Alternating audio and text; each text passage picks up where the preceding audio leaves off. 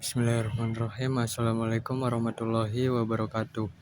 Puji syukur kita panjatkan kehadirat Allah Subhanahu wa Ta'ala, karena atas rahmatnya kita dapat berkumpul pada kesempatan ini. Pada presentasi kali ini saya akan membahas mengenai zakat produktif sebagai pengembangan dana zakat untuk pemberdayaan ekonomi umat. Materi ini menjelaskan bagaimana zakat tidak hanya digunakan untuk membantu kebutuhan sesaat, tetapi juga dapat dimanfaatkan sebagai sarana meningkatkan kesejahteraan masyarakat secara keberlanjutan. Sebelumnya, perkenalkan, nama saya Muhammad Syarifuddin. Saya dari jurusan Akuntansi Syariah kelas 2D. Lanjut ke latar belakang. Zakat merupakan salah satu rukun Islam yang memiliki peran penting dalam kehidupan umat Islam. Selain sebagai bentuk ibadah kepada Allah Subhanahu wa Ta'ala, zakat juga memiliki fungsi sosial untuk membantu masyarakat yang kurang mampu. Selama ini, zakat sering disalurkan dalam bentuk bantuan konsumtif untuk memenuhi kebutuhan sehari-hari. Namun, perkembangan pengelolaan zakat menunjukkan bahwa dana zakat juga dapat dimanfaatkan secara produktif.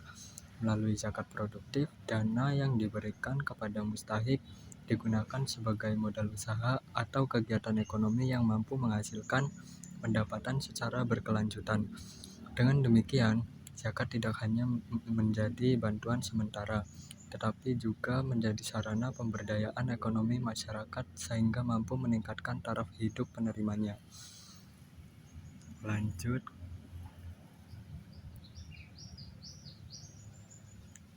Selanjutnya ada peran zakat dalam kehidupan sosial umat Islam.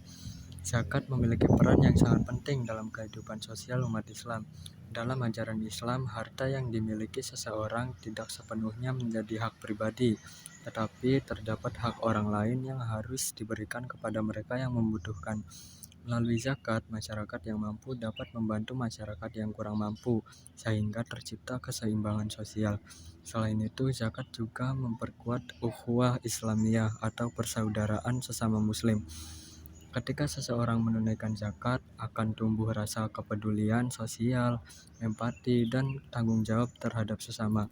Hal ini dapat menciptakan hubungan sosial yang harmonis dan saling membantu dalam kehidupan bermasyarakat. Selanjutnya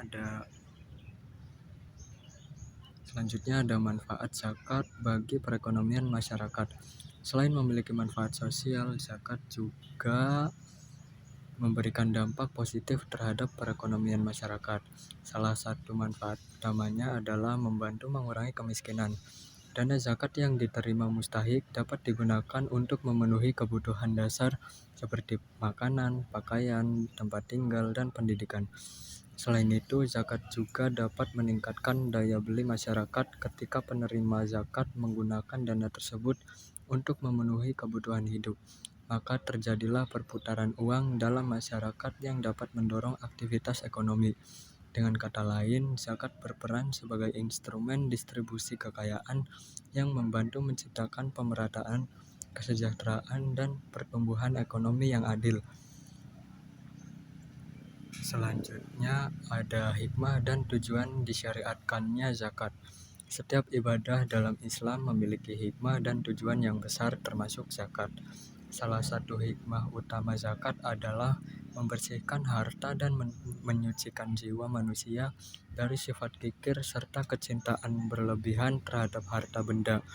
Hal ini sesuai dengan firman Allah Subhanahu wa Ta'ala dalam surat At-Taubah ayat 103 yang menjelaskan bahwa zakat berfungsi sebagai membersihkan dan menyucikan manusia.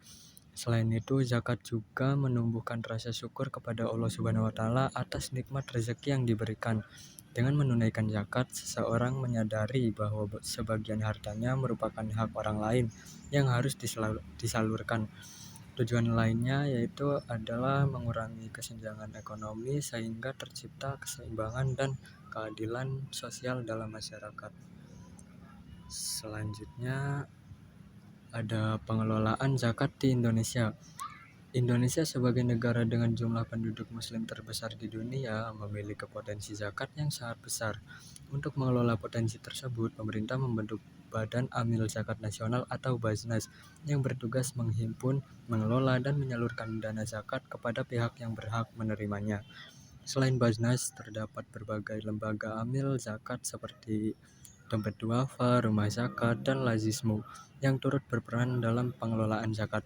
Agar pengelolaan zakat berjalan dengan baik, diperlukan prinsip transparansi, profesionalisme, dan akuntabilitas sehingga kepercayaan masyarakat terhadap lembaga zakat dapat terus meningkat.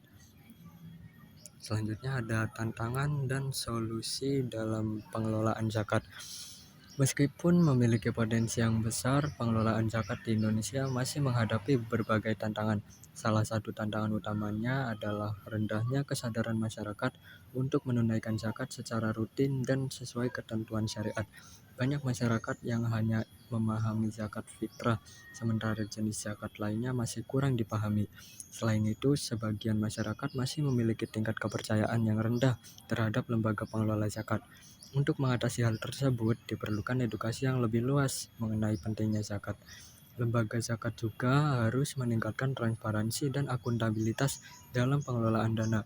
Pemanfaatan teknologi juga dapat menjadi solusi untuk mempermudah pembayaran, pendataan, dan penyaluran zakat secara lebih efektif.